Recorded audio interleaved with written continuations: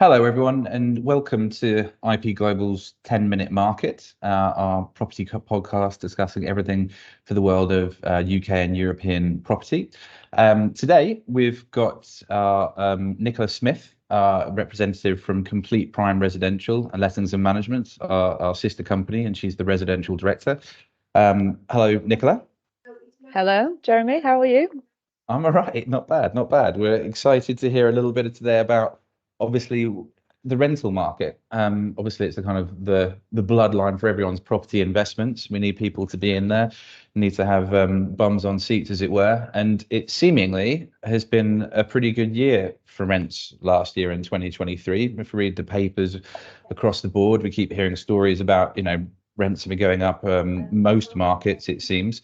I saw ONS generally aggregated that the UK might have risen by about 6.1% on average for rents across the last year. So we just wanted to ask you really a few questions about the market, how it's actually going, how people can take advantage of that, and what the current status quo is. So, maybe to kick off, with a seemingly bumper year like this, I mean, how much can landlords raise rent, and what's the reality here? How can we take advantage of the current situation? Well, the easy answer there is a landlord can raise the rent as much as they want. There isn't actually a legal cap on how much a landlord can increase the rent, but it should be a fair amount. And there is legislation that allows a tenant to take an outrageous increase, shall we say, to tribunal. It's not anything we've ever seen or I've ever seen in my 20 years within the industry, but it is an option for a tenant. Generally, the suggestion of fair would be around the CPI plus 1%. And that's definitely, that will be in line with the 6.1 your ONS stat that you've just mentioned. And we have seen slightly more than that across 2023 in Complete.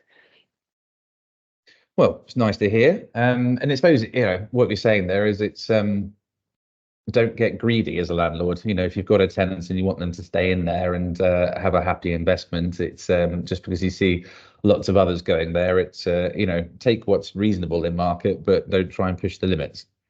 Yeah, definitely. I mean, looking at our stats from 2023, we did see, higher increases on our new lets. So we can, break our stats down, and we had in London on the new lets, we had 12% rent increases. Manchester had 10.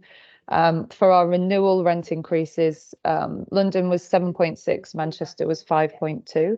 But I think as a landlord, what you've got to keep in mind when you're looking at increasing your rent and making a decision about whether to end a tenancy and look for a new one, you might look at that 12 or 10% and think, great, that's what I want. But you've got to factor in, the possible, 1-2 week void period, the council tax payment over that time, your cost for a relet, a new tenancy, your inventory cost, and also, the uncertainty of a new tenant. So for me personally, and I am a landlord, I would always take the good tenant in the property if they pay their rent and they're not causing you much issue, and the slightly lower rent increase over looking for a new one.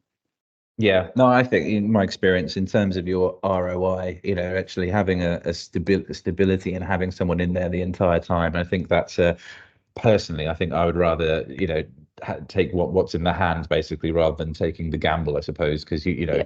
if you've got a good tenant, we do have humans living in our investments, and it's always possible to have not the perfect tenant. So yeah, if you've got someone who's reliable and paying the rent, I'd take that every day personally, I think.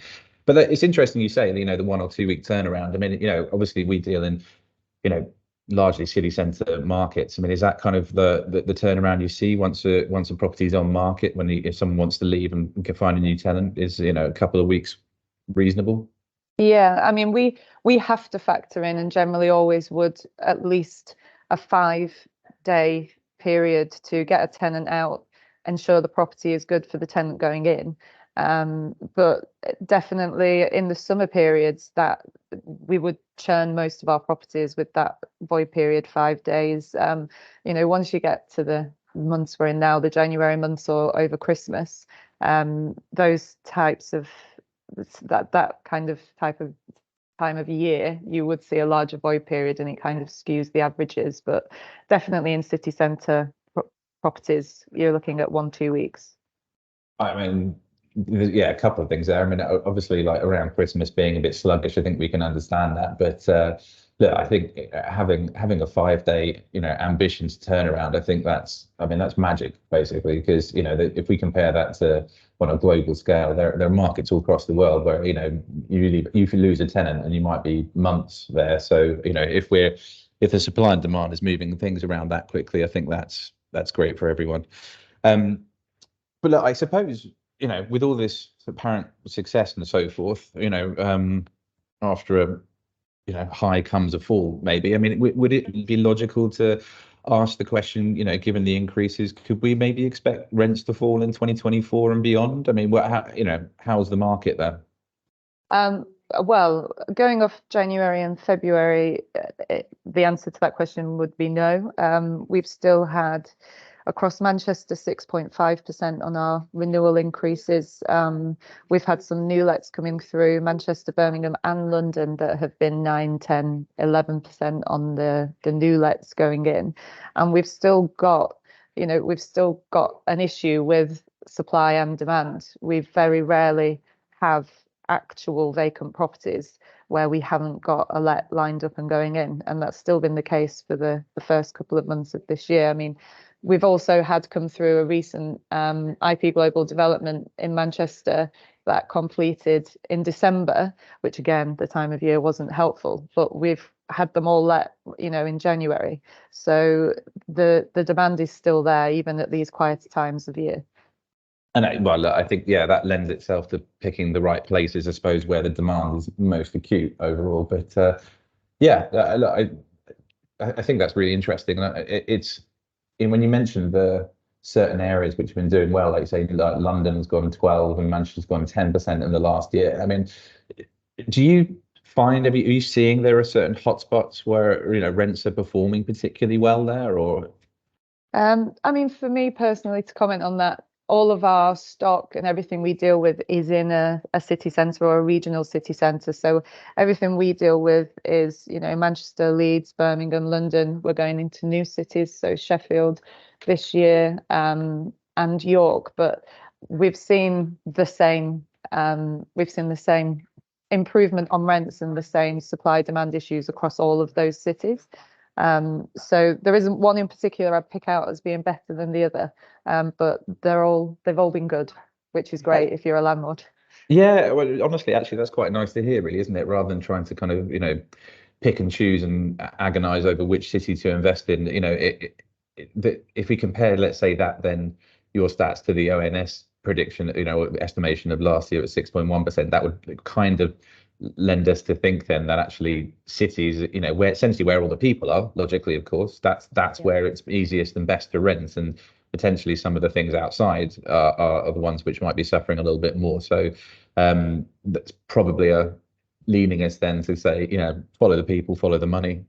Yeah, and also you've got to think of the people and their profession. So in cities and the city centres, a lot of companies have had to react to this kind of cost of living crisis or issue with inflation. So, pay in certain industries has definitely seen an increase, and that allows for you then in cities when your tenants are that tenant profile, they can swallow an increase in their rent because they've had an increase in their pay. But I'd say, kind of maybe regionally, if you're renting in a more suburban area, then, you're going to be a different type of tenant profile. So that lends itself to, I guess, the answer to how we've been able to do this in cities.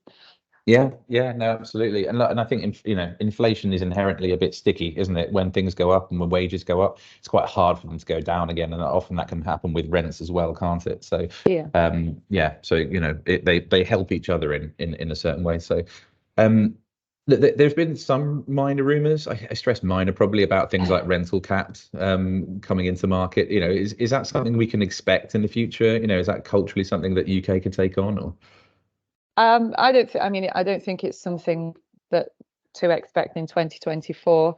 I mean, we did see in Scotland they had their emergency rental cap that was the end of 2022 bought in, COVID, and again. No, well, it was the end of 2022, so it was bought oh, in more as a cost of living. It wasn't off the back of COVID. It was more the kind of then they were having issue with cost of living crisis and things like that that they reacted to. I mean, the legal kind of around property system and tenants' rights in Scotland it is very different to the UK, but they had this rental cap that was in place, but actually that's coming to an end next month. So, it's been trialed there and is ending. So I don't think it's anything that's going to follow suit across the UK or into Wales. And it's not something I am aware to expect, definitely not this year. So I'd say no, at the minute, there'll be no rental cap in the UK. yeah, no, fair enough, fair enough. It's just nice to ask when you hear rumours, but well, look, overall, we're hitting our 10 minutes now. I think it's some great positive sounding things coming out of the market. What has been happening, if you think that the rents could continue to be well, sounds like really the lessons are to, pick your destinations well, pick where the people are, and then that's going to mitigate your risk basically about renting. Always having someone in there and never having to particularly worry about vacancy periods. But yeah. Yep. But look, thank you very much for joining us. If it's all right with you, we'd love to invite you back later on the year to get an update on the market. And yeah, thanks very much for joining us. That's okay. No worries. Hopefully I'll speak to you later in the year. Thanks a lot. And thanks everyone for joining. Please do like, share and subscribe, and we'll wait to see you next week. Thanks.